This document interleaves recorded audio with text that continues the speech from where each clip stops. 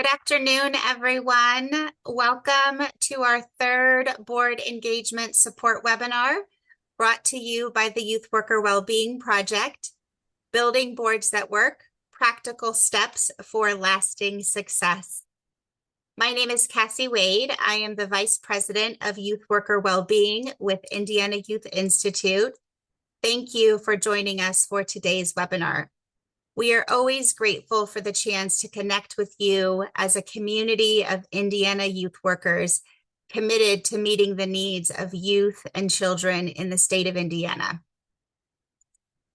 For those of you who are not familiar with Indiana Youth Institute, our mission is to improve the lives of Indiana children by strengthening and connecting the people, the organizations, and the communities that are focused on kids and youth. And the Youth Worker Wellbeing Project is a collaborative statewide effort to improve your lives so that you can more effectively work with youth across the state. The project is a collaborative initiative with Indiana After School Network, IARCA Institute for Excellence, Indiana Youth Services Association, Marion County Commission on Youth. The success of this project is built on the foundation of collaboration, and we are grateful for our partners. Before we begin, you've probably heard this before if you've been on some of our webinars, but a few pointers to help you engage in today's webinar.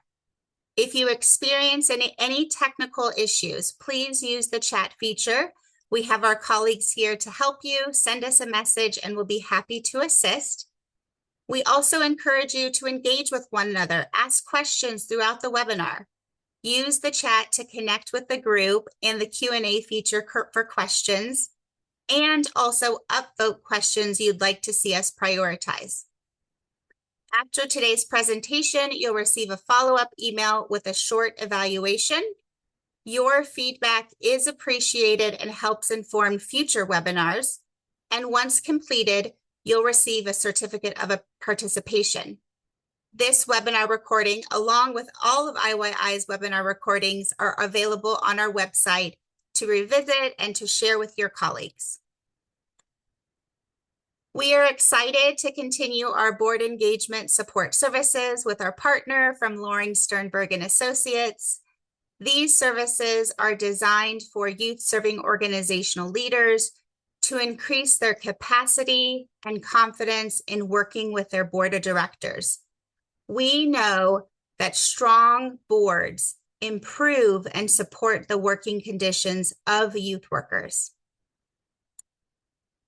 Our presenter today is Dave Sternberg, founding partner at Loring Sternberg and Associates.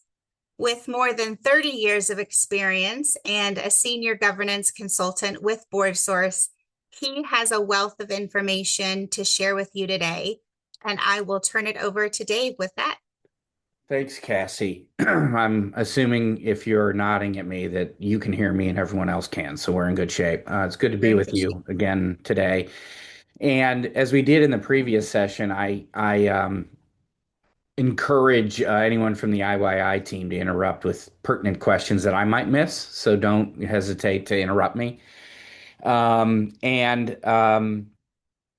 glad I'm here. I'm glad to be with everybody. And as if you attended the first webinar I did, I started with a question. So I'm going to start with a question today. So if you would get your hands on your keyboard, I see many of you already have as you've been introducing yourselves.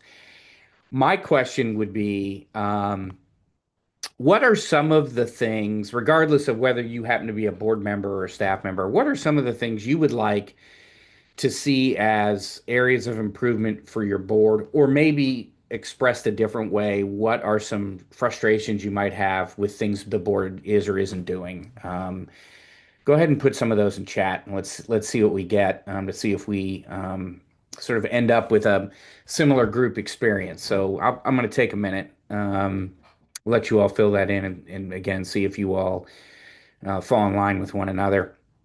It will be interesting to see if it is consistent with what I hear routinely working with boards.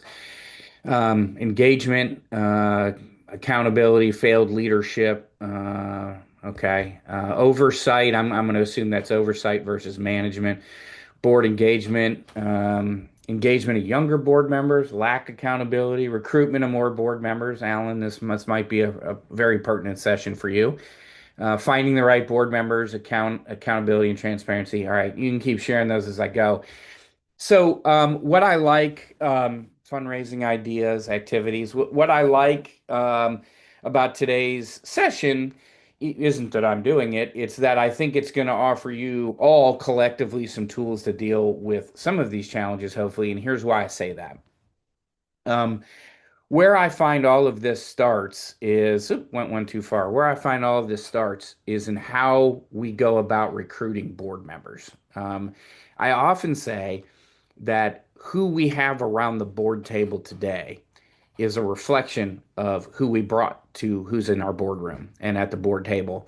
And when I interact with clients directly on governance issues, I routinely hear some of the very same issues that you've shared in chat. And many of you will feel comfortable knowing you may have shared a challenge another organization shared. These are all very similar across our sector, and you should feel like you're not unique in that regard. But where I believe it all starts, all of them, all the challenges, all the problems, good or bad, positives, negatives, is in how we recruit board members. Because who we have is a reflection of how we're going to get things done and how our board is going to perform. So, what I'm going to walk you through in our time today is a resource that I know is available via IYI as an institutional member of Board Source, but it's called the Board Building Cycle. And the most recent edition, a colleague of mine actually updated.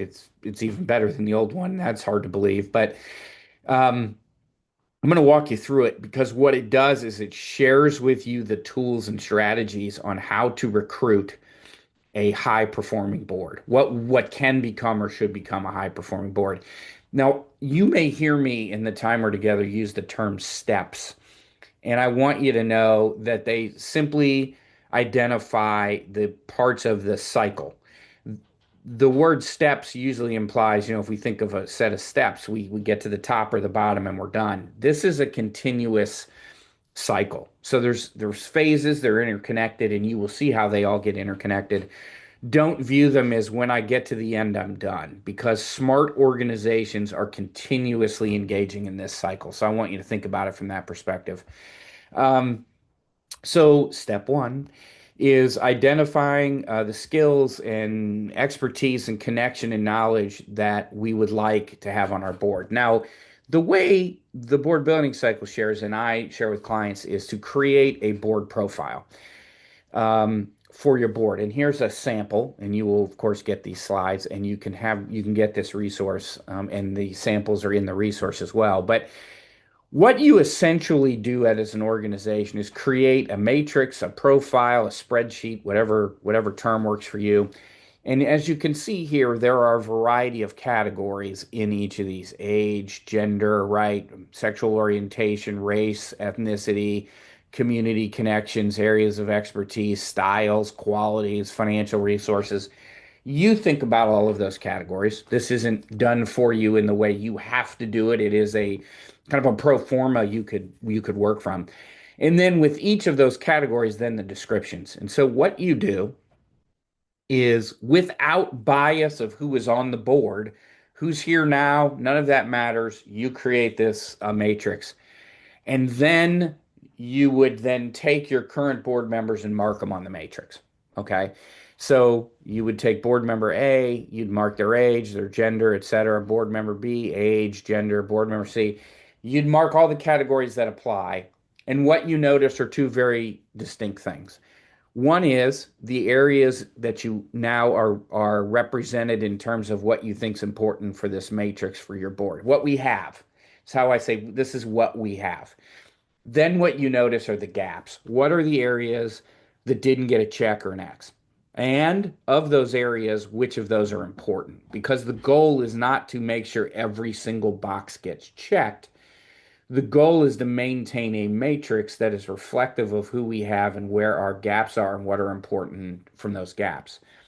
So knowing you might find 6, 8 areas of things that, hey, that would be great. We need people who understand philanthropy, who've served on other boards, who have connections to, people in our community who are philanthropists, for example, or in our, network and city government, whatever those issues are for you. Then you would actually create a profile. You would take those five, six things and you would list them on a piece of paper. And at a board meeting, in fact, every board meeting, hand out that piece of paper with that list of what we're looking for, the profile we're recruiting to, and ask fellow board members, staff, whomever's in the room for names of people who fit one or more of that criteria. They don't have to fit them all, they should fit some. Um, None is not optional. If they don't fit any, then you're not looking to recruit those kinds of people. Then what you get is a list of names of potential board members based on what we were looking for. And I hear time and time again that we're eager to have board members, so we take anyone. Well, guess what? That is absolutely terrifying because it is not strategic, it is actually more difficult. You don't get serious about the expectations. It becomes harder to create accountability. Look at the list of issues that you have shared that are challenges for you that we talked about as we started. So start with what are we looking for? So start with that, and this will be updated continuously, and we'll talk about that downstream. So start with a document like this and begin to deploy it. Take the time to fill it out, understand what you're looking for. Then once you have a set, and by the way, think about where people on our board can find board members, right?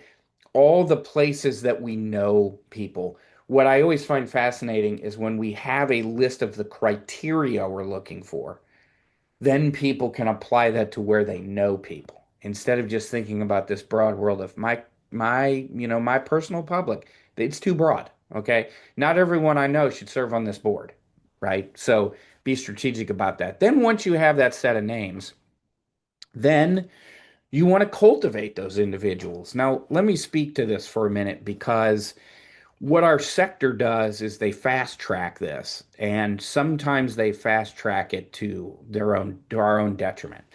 So what does cultivate look like? Well, let's say that we get Cassie's name as a potential board member. Well, okay, she's on the list of potential board members because we used a strategic strategy through the matrix. Cassie will attend an event. She will come on site and see our programs and services. She might attend a board meeting. She might become a committee or task force member. She becomes a donor. She meets other board members, right? She gives us feedback on our strategic plan. This is thoughtful over a period of time. How long is that? Well, that's going to differ by each organization, but I can tell you it's weeks or months.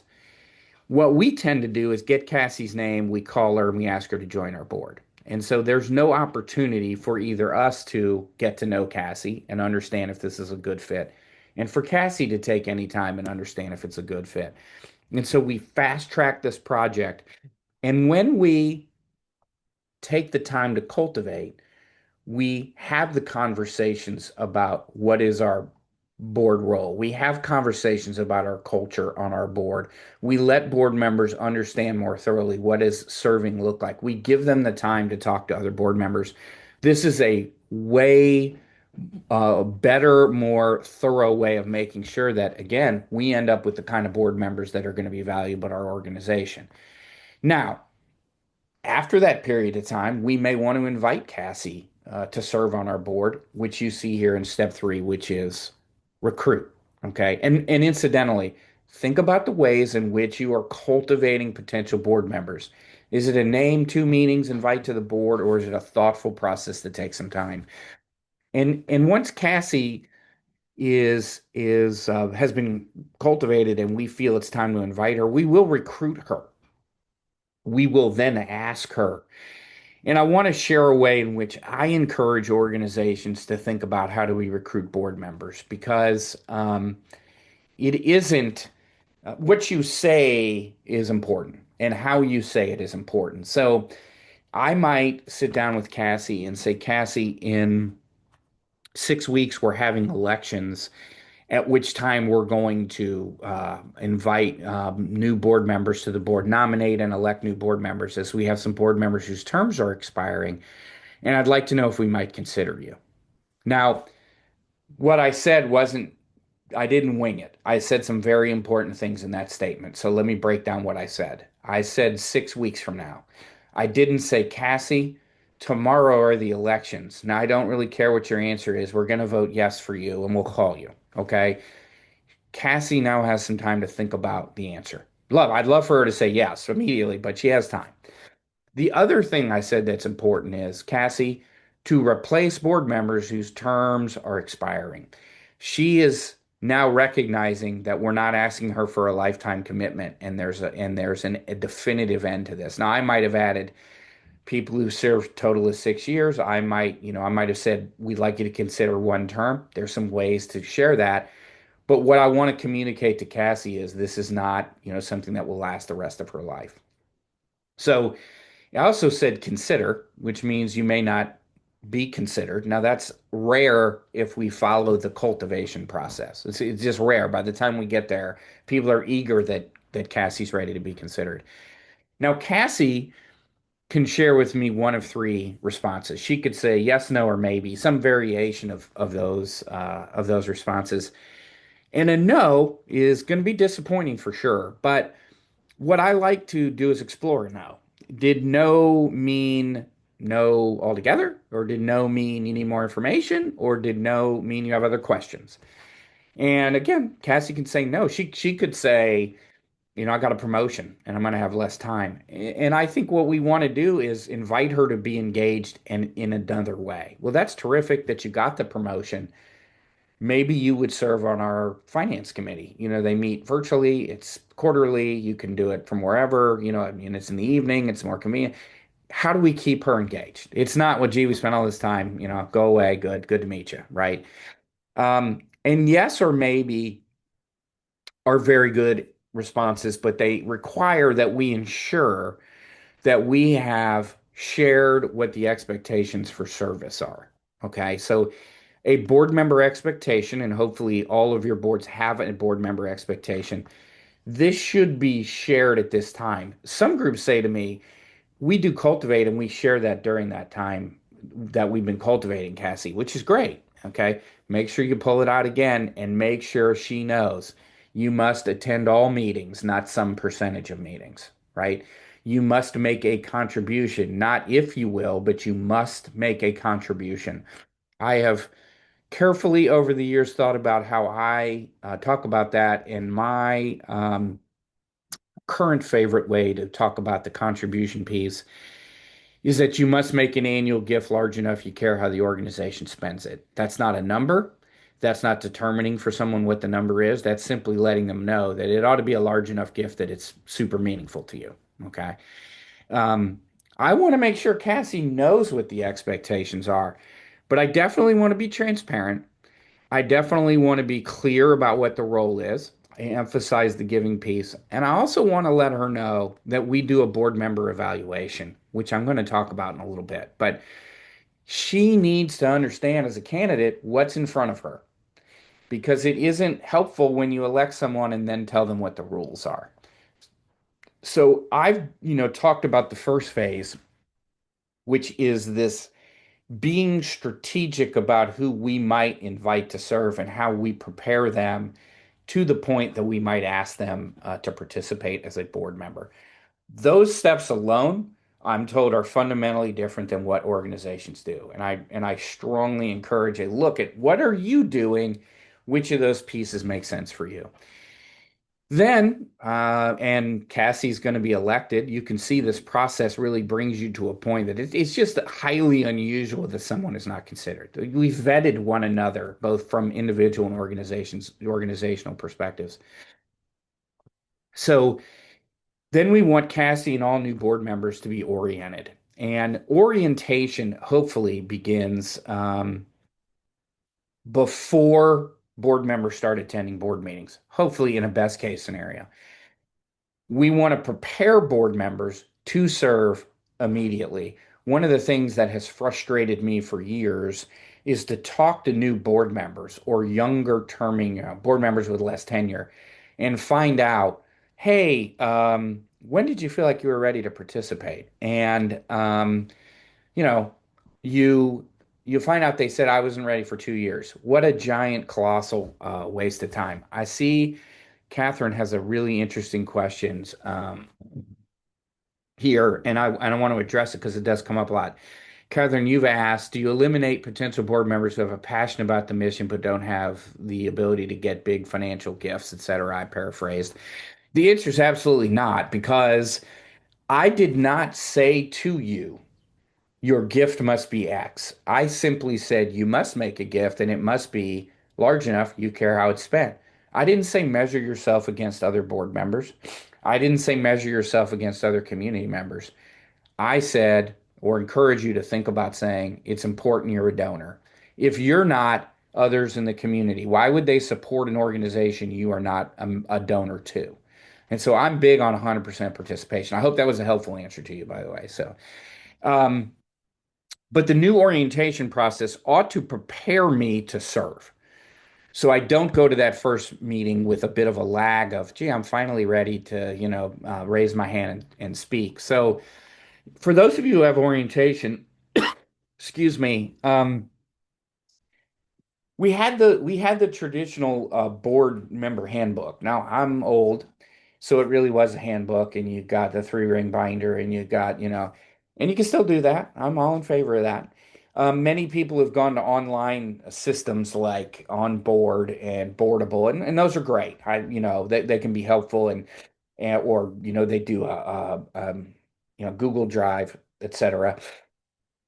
I'm ambivalent. What's important to me is that you take the time to sit down with new board members and you give them the time, go through the organization's history, talk about the board and how it functions and what the committees are and some policies.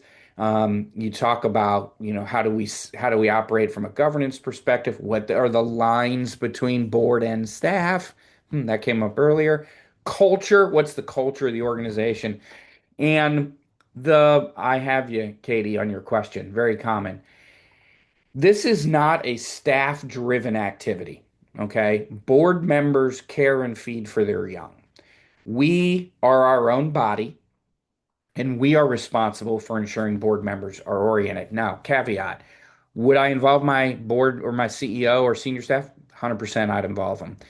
Do I think administratively I might need assistance to make sure this happens? Of course, but the board is responsible for running the orientation in an ideal world. I'm going to talk about the governance committee at the end, and that is really ideally where this would sit. But just remember, if you're a board member on the call today, just remember when you came to the board, just, you don't have to share, but how long did it take you before you were participatory? It should happen pretty quick. It shouldn't be a waiting period. There shouldn't be, I'm finally up to speed. This is something we need to help board members be prepared to do immediately, at least in my opinion, immediately as fast as we possibly can. So we want to do an orientation process, and Cassie will go through that orientation with all new board members. And then in conjunction with that is engaging board members. And a lot of organizations do this in a couple of ways, whether they call it board buddy or board mentors. But who do we pair Cassie with from the board that has some tenure, experience, knowledge that she can lean on in terms of speeding up the learning curve? Let's say, Josh is assigned to her. He sits next to her at board meetings, maybe on a quarterly or monthly basis. They meet for coffee. He's there to answer questions, to speed that learning curve, right? To help direct her a little bit, be a support for her. And the other element of this is to make sure that Cassie gets involved in the right committees. Now, remember, we used a matrix with a skill set, and we recruited Cassie because she fit some of the criteria that was important to us. Let's direct the use of that expertise to the right committee. So, how do we get her engaged in order to do this more successfully? And then, excuse me, the sixth step is educate. many of my colleagues and I, and you've heard, I think, from Susan Decker, who did one of the webinars, and Vernetta Walker is going to follow me. She's terrific as well. We talk about educating board members. Now, when I'm in a board retreat or in a room with nonprofit organizations, and I say, "What are you educating board members about?" If I asked you all to type something in, you'd say the budget, how many people we serve, broad questions. Our mission statement, we all have a mission moment.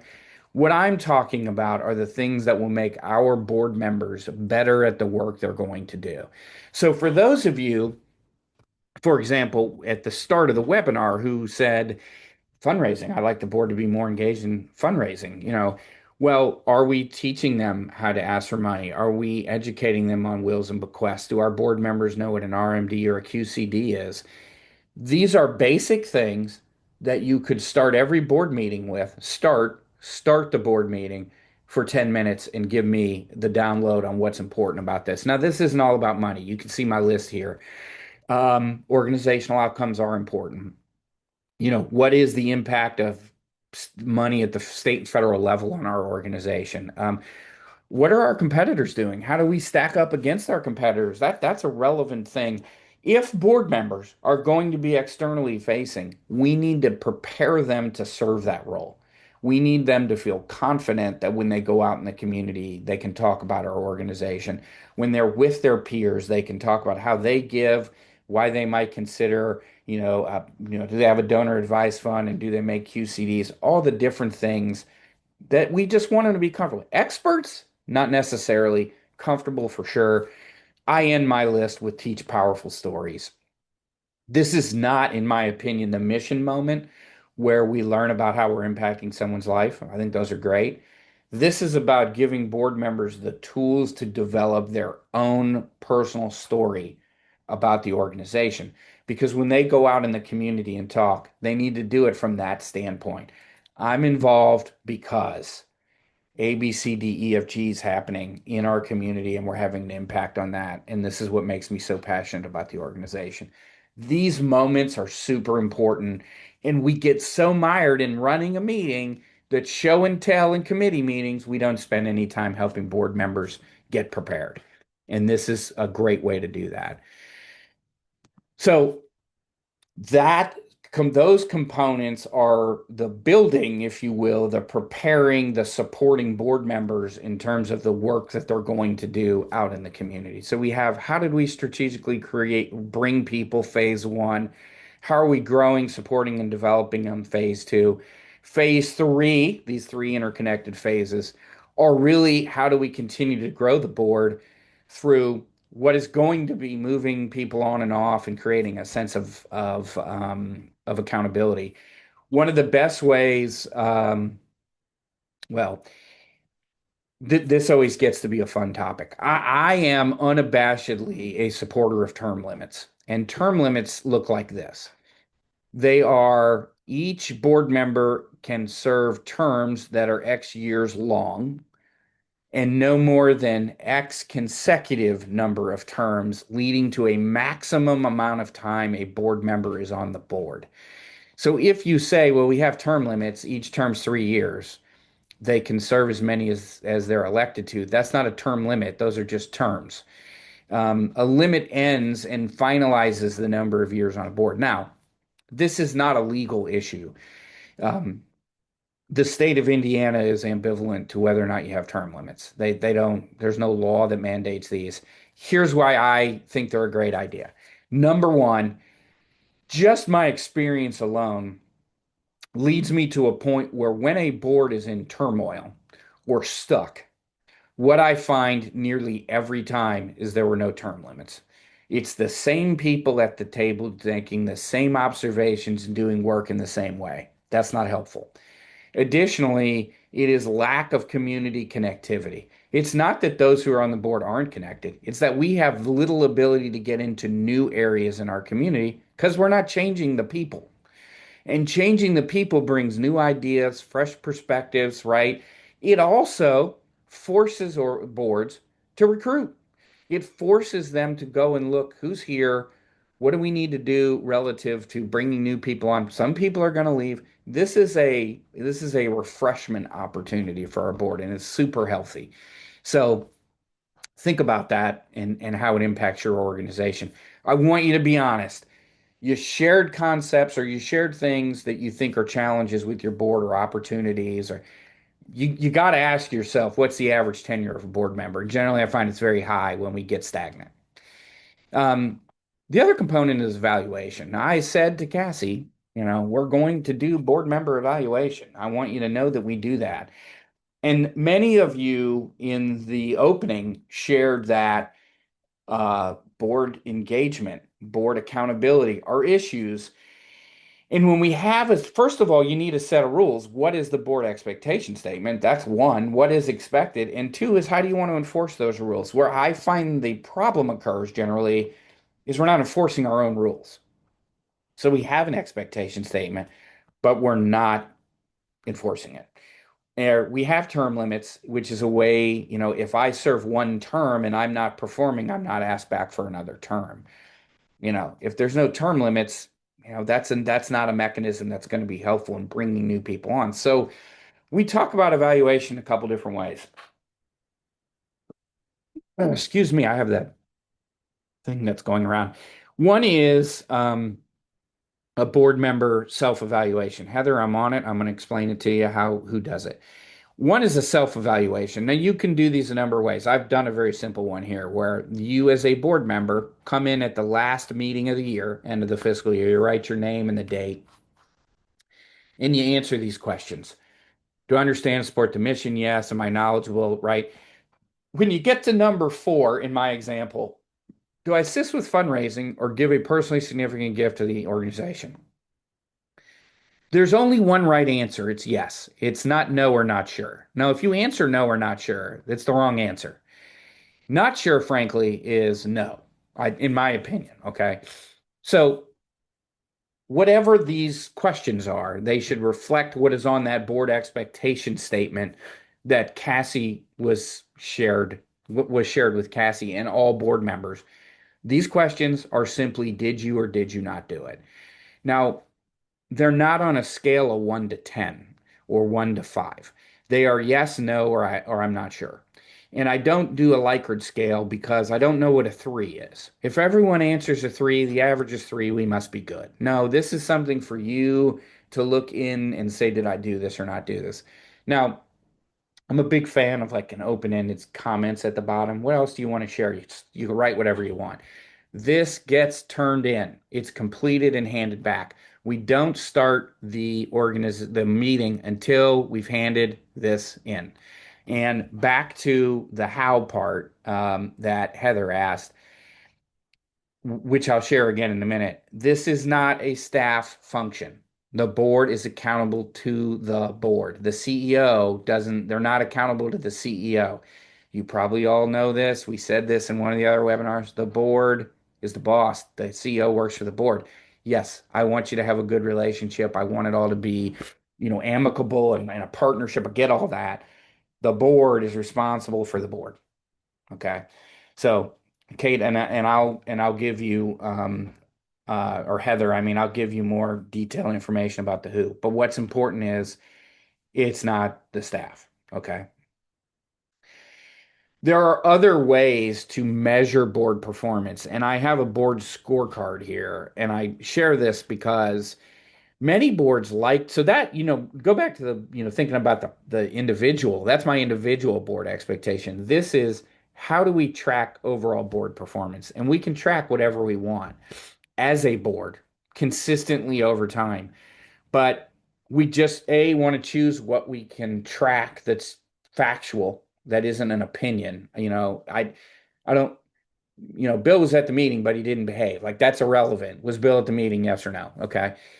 Things we can track that are things we are to be held accountable for, and track them over a period of time. So Bill, he said he would give $100. He hasn't done that yet. He said he would raise $2,500. He's done that. He's gone to all of his board meetings. He has not attended any committee meetings. He's done 3 individual prospect visits and he's sold 1 ticket to the event. Like this is just things that organization may want to measure compared to Steve. Steve's made his $250 gift. He's almost at his $1,000 raise. He's got some attendance issues, right? His committee attendance is certainly better than Bill's. He's visiting with prospects, right? He's sold tickets. You decide what you want to measure. And yes, you might need some administrative help to track it. But the board this is something that the board would share on a routine basis. Is it every other meeting? Is it every meeting? Is it once a quarter? Um, this is this is a great tool that is just a report. There's no need to get into a long commentary about it. Now, you will see on the far left where it says board member. You can decide whether or not you want board members by name or somehow anonymous. Okay. And that's a cultural thing. And Katie, you absolutely share it with the entire board. We're telling the entire board, how's the entire board doing? And I do know organizations that do this by name. It's not anonymous. And so you decide what your culture is. Like Dave Sternberg said, your culture is your board culture. But here's how I have heard it supportive. When I'm then asked to do my self evaluation at the end of the year, I have seen this all year long. And I know which one I am, even if it's anonymous. This either helps reinforce I'm not doing my job, maybe I pick up my pace, or says to me, I'm not doing my job, should I be here? And board members can opt out, of the board, of course. So, how do you use these kinds of evaluative tools to both be helpful in reporting what's going on, but let's be candid, help create some accountability across board members, right? Yes, board members are volunteers and the pay is zero, okay? But that doesn't mean there shouldn't be some accountability and a standard by which they function. Their fact should be, and it should be quite high. I'm a board member myself of an organization, so I don't look at you as a consultant and go, gee, why are you? I do it. I've been the chair. I'm the past chair. I've helped create some systems that are going to help create accountability for this organization. So I'm a proponent. I do it. I'm not just preaching about how to do this. And there's, again, samples. Figure out a way that works best for you. Just because what I find with the evaluation component is it becomes personal. Well, find ways to track performance that are not personal. You were either at the meeting or you weren't. You either made a gift or you didn't. These are not personal things. So this begins to create some of that culture of accountability. And we will talk about many of the implementation components about all this here in a minute. Um, Finally, is the final step and the final part of this component is celebrate. I am really a big proponent of taking time at every board meeting to celebrate the actions and activities of board members that went above and beyond so that they can be role models for others. How I did it when I was the board chair, I would not, when the meeting was called to order, the first order of business for me was to thank people individually by name for things they had done. I want to thank Cassie for sending some thank you notes that she wrote herself. I want to thank Becky for making 10 thank you calls.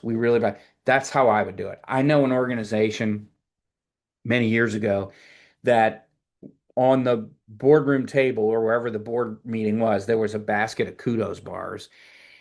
And those kudos bars, the board chair would say, okay, Dave, you can start. And I would grab the basket and I'd hand a kudos to somebody for something they did. So we're recognizing each other. I thought it was, at first, I thought it was going to be a little cheesy. It was not. It was really cool, actually. So I'd pull a kudos bar out and I'd say, Cassie, I want to thank you on behalf of the board from one board member to the next for doing ABC, right? Like this is accountability to each other. It's also a reward for each other. And so, a lot of what I talk about sounds like it's a little impersonal and punitive, but you need to do this as well. My joke with the board and the kudos bars was the board members who kept buying, the next size up of clothes. They were the high performers because they kept getting kudos bars, right? So they were eating a lot of kudos bars.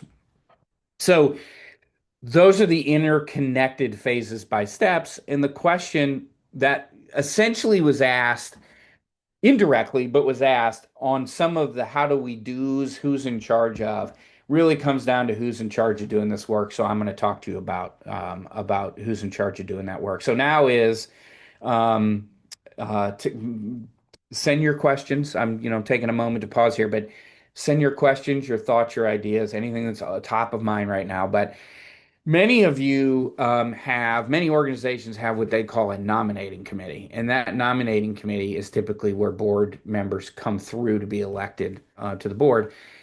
What I'm a big fan of is a governance committee, committee on governance. I've heard a variety of different names.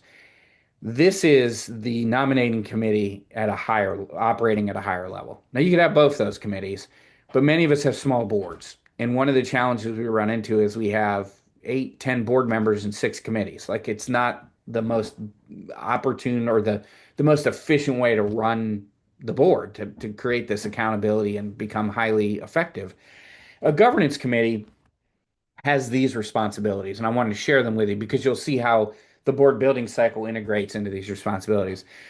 One is this committee, and these are board members. This committee would determine what is the education components, maybe for the whole year, maybe what the retreat should look like. How do we keep board members knowledgeable and educated about governance and the work we're doing, and to create effectiveness and efficiency?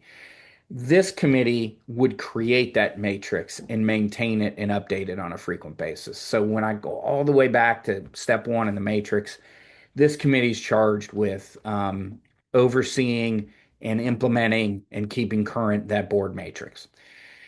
The other is they've created the board profile and they're collecting the names. Well, they would hold on to those names and make sure that those individuals were being cultivated, communicated with, being brought up to speed so that at some point they might be nominated to the board. So we got Cassie's name. Who's in charge of cultivating Cassie? That might be the person who nominated her, but someone from the board is making sure that process is happening.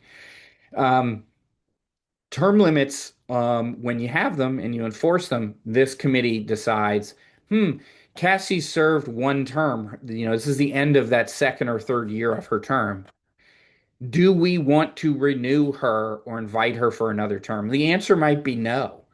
We don't. She didn't perform. We attempted to intervene and it didn't work and it's not a good fit. So she's not invited back. It isn't a question we bring to her. We just inform her that her term is over and we thank her for her service. So we're not inviting her back and getting into the, gee, she said she wanted to come back. Now what do we do? We really didn't want her to say yes. Like, it gets a little weird, but this committee looks at that as well. Also, because if you morph the nominating committee into it, they're really running the election process. They're bringing candidates for election. They are bringing officer nominations. A lot of governance committees just bring a slate of officers. Here's the slate of officers for president, vice president, secretary, treasurer. There's not a runoff. There's not a popularity contest. They are moving people through a leadership pipeline, which is important because you have term limits, right? And you want to make sure we're always recruiting and bringing the right people in. Go back to what your challenges were when we started and think, well, this process potentially alleviates a lot of those challenges because we are doing this differently.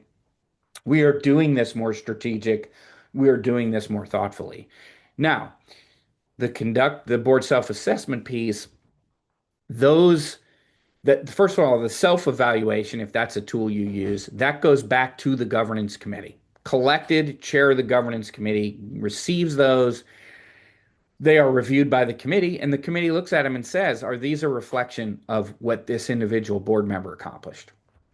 That's either a yes or a no. They either did what they were asked to do or they didn't. Or, is there an opportunity for us to help improve their performance?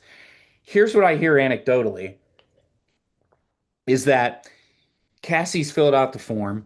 Her performance isn't great. We love Cassie, but the performance isn't there. If we, as one human to another, sat down and talked to Cassie, and I hear this all the time, Cassie will say, thanks for coming to meet with me. Listen, here's what's going on in my life right now. Insert life challenge. Okay. The Cassie didn't know. Number one, had no idea. What can we do to help you? Is there anything that we can do? And is now the right time? Do you need to take a leave from the board to give you the time you need to address those issues and maybe come back at a later time? Well, I hear that. I can't tell you how many times I hear that. Board members are often looking for an opportunity. They don't want to let anyone down. Oddly, never made sense to me. They're not performing, but they don't want to let anyone down by leaving. Like, I don't know how you square those two things, but I see it all the time. So have that conversation. Talked about the annual board retreat. Like this committee will look at doing an annual retreat. What should the content be? Where should we do it? Who could facilitate it? Those kinds of things. Keeping us effective and efficient. And they also, generally, the governance committee looks at the bylaws. They are making sure that we are functioning the way we should. Things like, do we have term limits? How many board members should we have? What is the committee structure? Those things all feed into that engagement. More engagement. Well, what is the committee structure, right? Have we ever, had people, be forced to be accountable for their jobs? All kinds of interrelated issues that impact board engagement. So that's who does the process ideally and answers some of those questions about who's in charge. I do think there are going to be moments where you're going to potentially need staff to help administer some of these things, but never do we put them in the seat to have to deal with challenges that occur. That's not their role. And the last thing, and I want to open this up to questions and comments, the last thing about a governance committee is people often ask, well, who should be on the governance committee? Well, my answer is I don't know. Well, I'll tell you who's ideal, but I'll tell you who shouldn't be on it. It should not be your executive committee. So people say, well, the executive committee does that work. And my response is the same every time. These are your officers. If your officers are in charge of determining and overseeing the process of who gets on the board, all you're unintendedly doing is alienating the rest of the board. This is board work for everybody. I look for a committee, maybe there's an officer on it, but I look for a committee chair who's the smartest, most strategic, savviest board member we have that people respect. Because sometimes tough decisions are going to have to be considered, and that person has to be able to deliver tough things. We need term limits. That's a tough thing. Get the right person on that, right, to chair this committee. This has to be something the board owns. This is where the accountability quotient comes. This is where good recruitment comes from. This is where highly effective boards come from. So when we started this, how do you do it and who does it? And these are the tools that we use, and I share with clients all the time. I'm going to pause. Cassie, you came back on camera, which is my cue for are there questions or comments or things that anybody wants to ask at this point? So thank you all, by the way. David, we do have a couple different questions in the Q&A box. So Okay. one of our questions from Katie is, what is the ideal term limit? Okay. Katie, the answer to that is it depends. Thank you for asking. No, I'm going to give you an answer. You said ideal. I'm going to tell you, and I think this is only ideal because this is what I see 90% of the time. A term is 3 years, no more than two consecutive 3-year terms or 6 years total. I want to add one other thought. Some organizations, and I'm in favor of this, the board I referred to, I serve on, has this. You might also consider term limits for officers, right? So a 1-year term, no more than two consecutive terms, something like that as well. So, but it is important you have them and you adhere to them. So if yours is 5 years instead of 6 or 9 year, you just got to make sure people are rotating off. Great. This question related to the governance committee, you may have answered it to some degree. Is there how many members Oh, should be on the governance committee? And should the governance committee invite external partners to provide an outside perspective, but also as a way for board recruitment? okay. So those are all awesome questions. The size of any committee is going to be relative to how big the board is, Mm. right? You know, if you have 10 board members, three is plenty. If you have 15, three is probably plenty. You get into 15 plus, it's probably four plus people, right? I mean, so it's relative to board size. Let me say this, it's board work. So if I have a program committee, I'm getting rid of that and freeing up time that people can do real board work, of which this clearly is. I think any committee is an opportunity to vet board members, as a way to bring them into the board and cultivate them. So the governance committee being one, I would do that. I would, one caution though is there are times when the governance committee does need to have honest and open discussions about a board member or board members, and I wonder whether or not you want a non-board member in those discussions. So you might just want to think about, but if you as a governance committee wanted to go out in the community and say, "Hey, we're working on a matrix, love your feedback," all for it. Go to other nonprofits, learn what they're doing, understand how your partner organization. Like, we're all here. A rising boat lifts all. A rising tide lifts all boats. This is, believe me when I tell you that. No one wants your organization to fail. So how do we help each other?